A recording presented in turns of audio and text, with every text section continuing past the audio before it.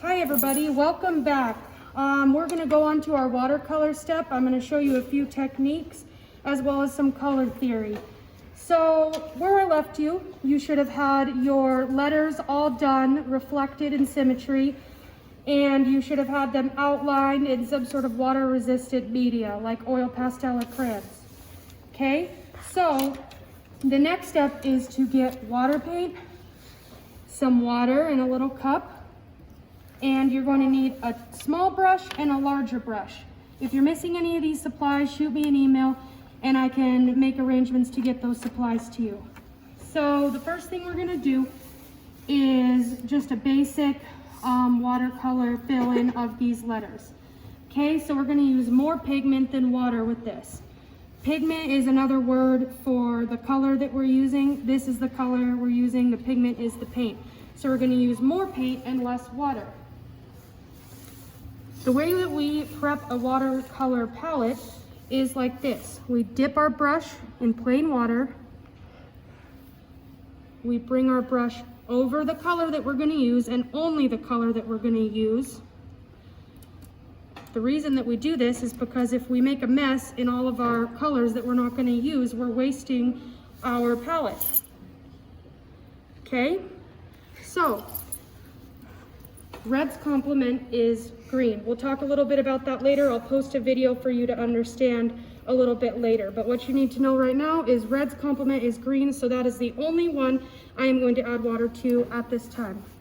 I'm going to bring my brush with the water over. I'm going to pinch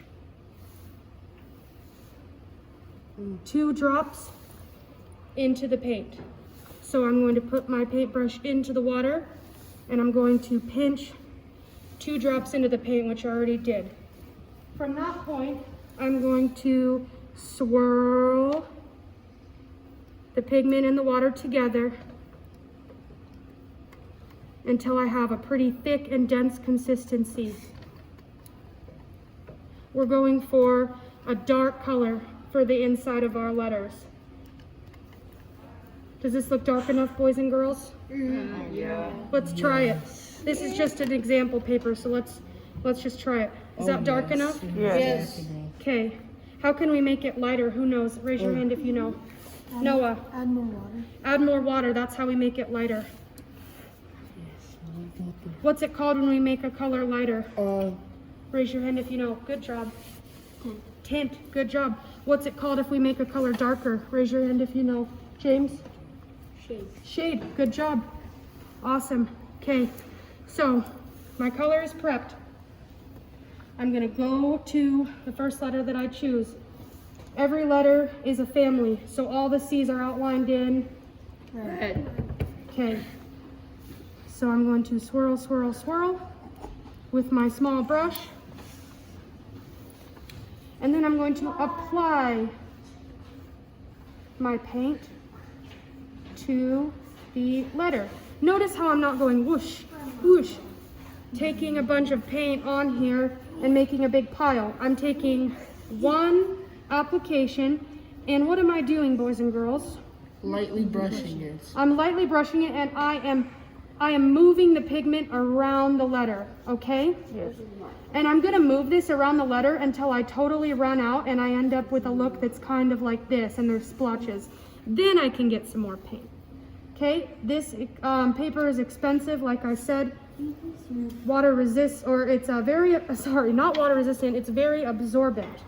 So, notice how when I use the paint correctly and do this technique correctly, I don't have a bunch of water piles piling up all over the paper. Do you notice that? Yes. That is because this is good absorbent paper. And that is because we have done this technique correctly. So how many times do we dip our brush in the paint? Once. Once. If you run out of paint, you can dip it again, but you need to dip it once and then spread it as far as you can. Does that make sense? Yes. Yes. I'm gonna have Maisie do the next letter for me.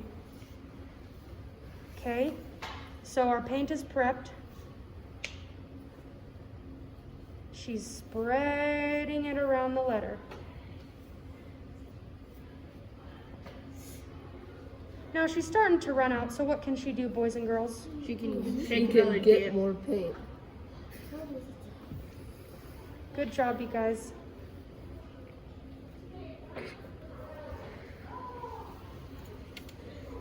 So as you can see, we're using the complement of red for all of our C's, okay? Are we doing one blue C, one green C, one red C, one yellow C? No. Why is that? Because red Is is a a family family of That's green. right. That's right. So the red C's are a family, so they all need to be the same. This is going to help our design have symmetry. Because if you have a blue C over here and a yellow C over here, Not you cut that in symmetry. half. Is that symmetry? No. Okay. Wait. Good job, Maisie. You can add some more water to the green, and then you can finish that letter. What's up? So wait, what do we add? So like, if say that outline's blue, then what do we draw in? If the outline is blue, excellent question. We're going to use the complement of blue.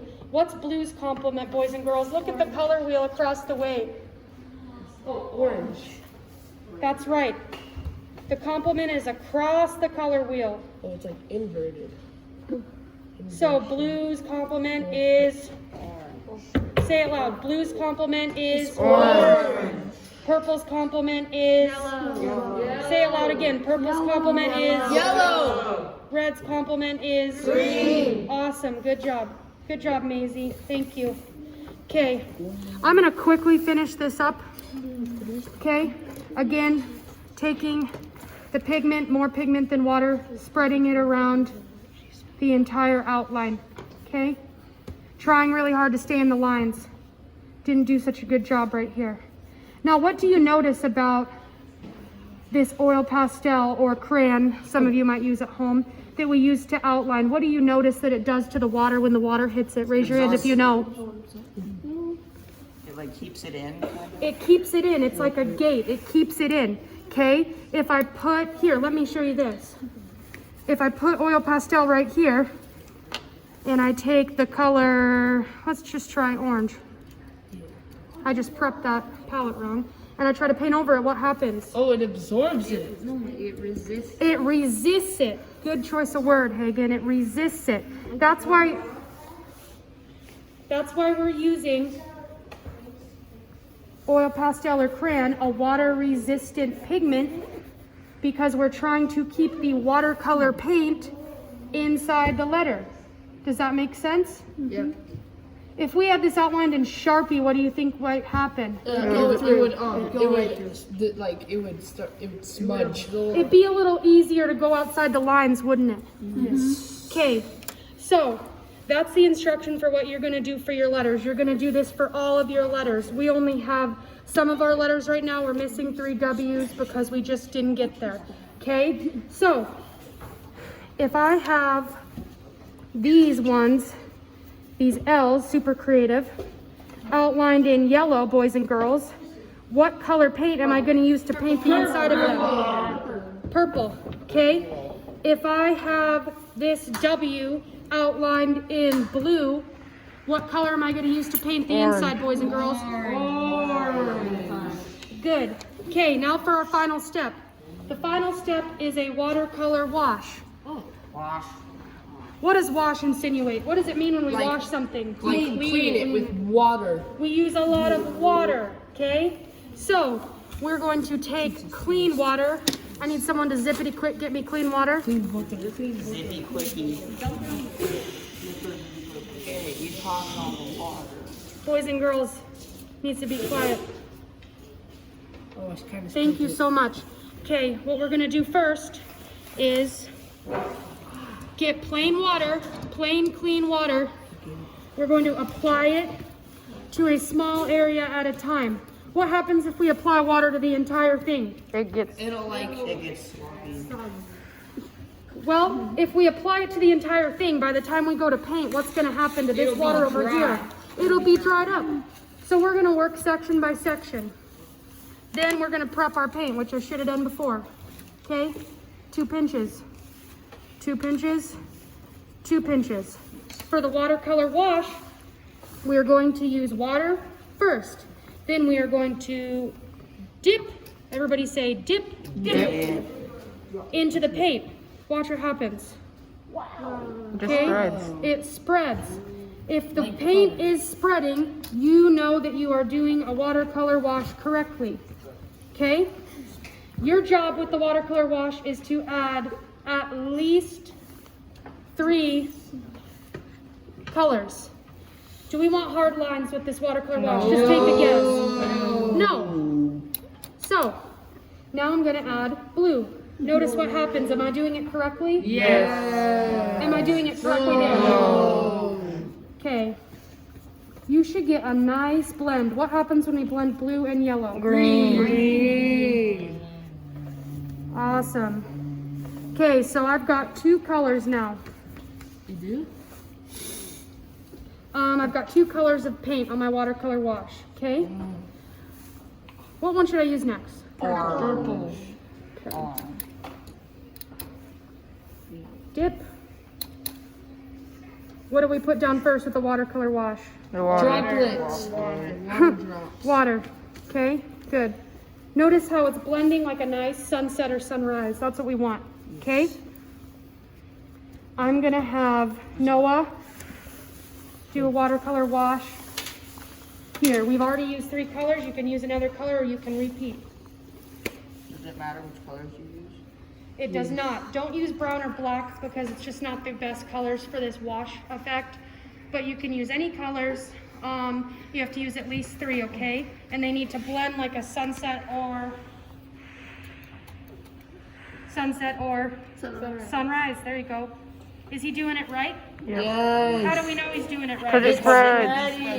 Good. Okay. Normally we'd have this outlined.